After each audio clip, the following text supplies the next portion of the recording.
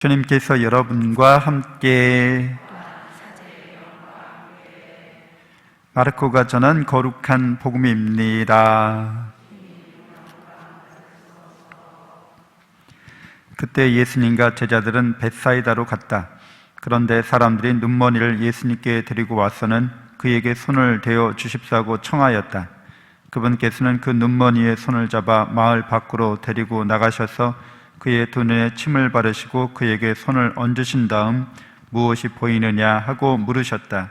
그는 앞을 쳐다보며 사람들이 보입니다. 그런데 걸어다니는 나무처럼 보입니다 하고 대답하였다. 그분께서 다시 그의 두 눈에 손을 얹으시니 그가 똑똑히 보게 되었다. 그는 시력이 회복되어 모든 것을 뚜렷이 보게 된 것이다. 예수님께서는 그를 집으로 보내시며 말씀하셨다. 저 마을로는 들어가지 마라. 주님의 말씀입니다. 그리스도님 찬미합니다. 찬미 예수님, 하나님의 복동이 고맙습니다. 고맙습니다.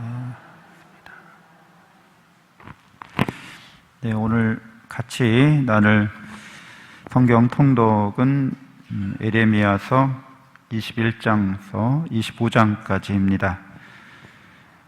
치드키야 왕이 예레미야에게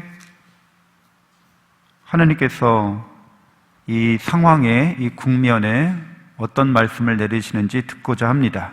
그래서 이 상황이라고 할 때는 이제 바빌론이 침략해 온 거죠. 그래서 바빌론이 침략해 오기 전에 609년, 예수님 오시기 609년, BC 609년에 요시야라는 훌륭한 개혁적인 왕이 이집트 파라오와 싸우다가 전사하게 돼요.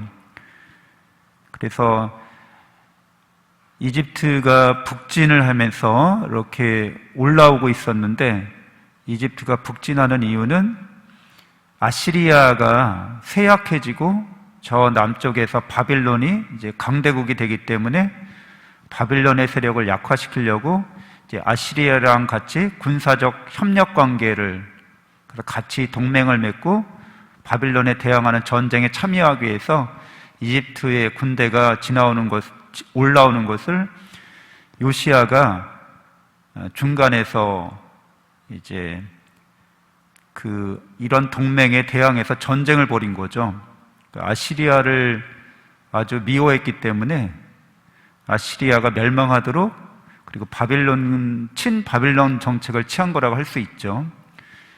근데 안타깝게도 거기서 전사하게 되고, 그렇게 됨으로써 이제 이집트의 파라오가 요시야 왕의 아들 중에 이제 자기 마음에 드는 사람을 왕으로 앉히는 거죠. 그러니까 이제 친이집트 정부를 세운 거예요. 왕을 세운 거예요. 그래서 그 왕이 이제 우리는 여호야킴이라는 왕인데, 여호야킴이 왕으로 있을 때 친이집트 정책을 취하겠죠. 자기를 왕으로 세워준 사람이 이집트의 파라오니까. 그래서 바빌론 왕이 쳐들어와요. 그래서 1차 유배를 가게 됩니다. 그때 598년, 그러니까 요시야 왕이 전사하고 나서 거의 한 10년 뒤에 이제 1차 유배를 가게 되는 거죠.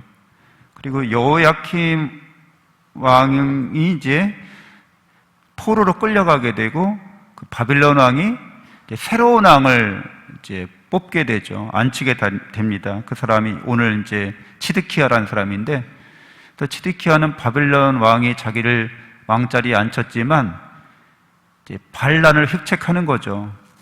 바빌론에 대해서 반역하게 됩니다. 그리고 이집트에게 도움을 요청했어요. 그러니까 이제 그 군대가, 바빌론 군대가 이제 정벌하러 온 겁니다.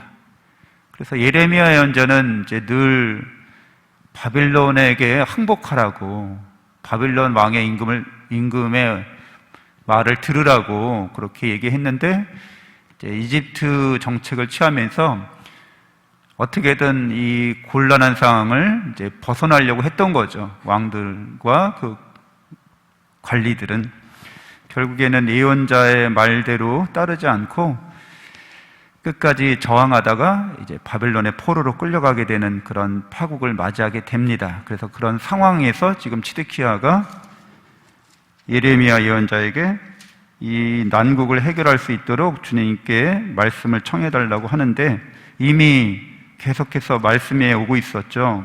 근데 말은 듣지 않고 다른 어떤 계시를 청하는 것은 무용한 일이었습니다.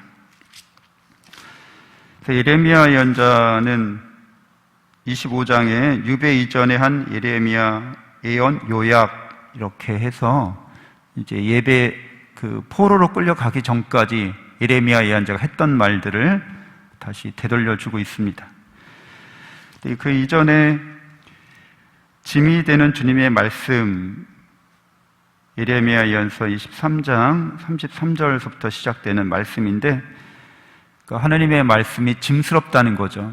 근데 히브리어에서 요 짐이라는 말, 무거운 짐을 지다, 무슨 어떤 짐을 우리가 이동할 때나 움직일 때 갖고 다니는 그 짐처럼 하나님의 말씀을 여긴다는 거죠. 근데 공교롭게도 신탁, 말씀과 짐이라는 말이 같은 그런 음을 갖고 있습니다. 그렇기 때문에 이제 사람들이 주님의 짐이 무엇이요? 라고 묻는다고 하는 거죠. 짐스러워 하면서, 내용상으로는. 그러니까 하나님의 말씀을 짐스러워 하면서 예언자가 전한 말씀을 하나도 따르지 않았다는 거죠. 그래서 결국에는 너희가 짐처럼 되리라, 이렇게 얘기합니다. 하나님의 말씀에 순종하려고 그 말씀을 이제 귀히 따라야 하는데, 예언자들을 통해서 보내주신 말씀을 따르지 않았고, 그 파국이 결국에는 포로 생활, 유배 가는 것으로 마무리가 되는 상황을 우리는 보게 됩니다. 그래서 우리는 오늘 제1독서에서도 야고보 사도가 이야기했듯이 하나님의 말씀을 자유의 법에 따라서 잘 살펴보라는 거죠. 말씀을 실천하는 것은 결국 하나님을 사랑하는 것이고, 그 사랑은 작은 것으로부터 시작될 수 있죠. 사랑이 처음부터 위대하거나 사랑이 처음부터 완전할 수 없습니다. 하나님을 사랑하는 마음을 품고 하나님을 사랑하기 위해서 우리가 하는 작은 일들이 우리에게 짐이 되지 않고 우리에게 기쁨이 되고 행복이 됩니다. 늘 하나님의 사랑 안에서 하나님의 말씀에 따라서 생활하는 우리 모두가 되어야겠습니다. 잠시 눈을 감고 묵상하겠습니다.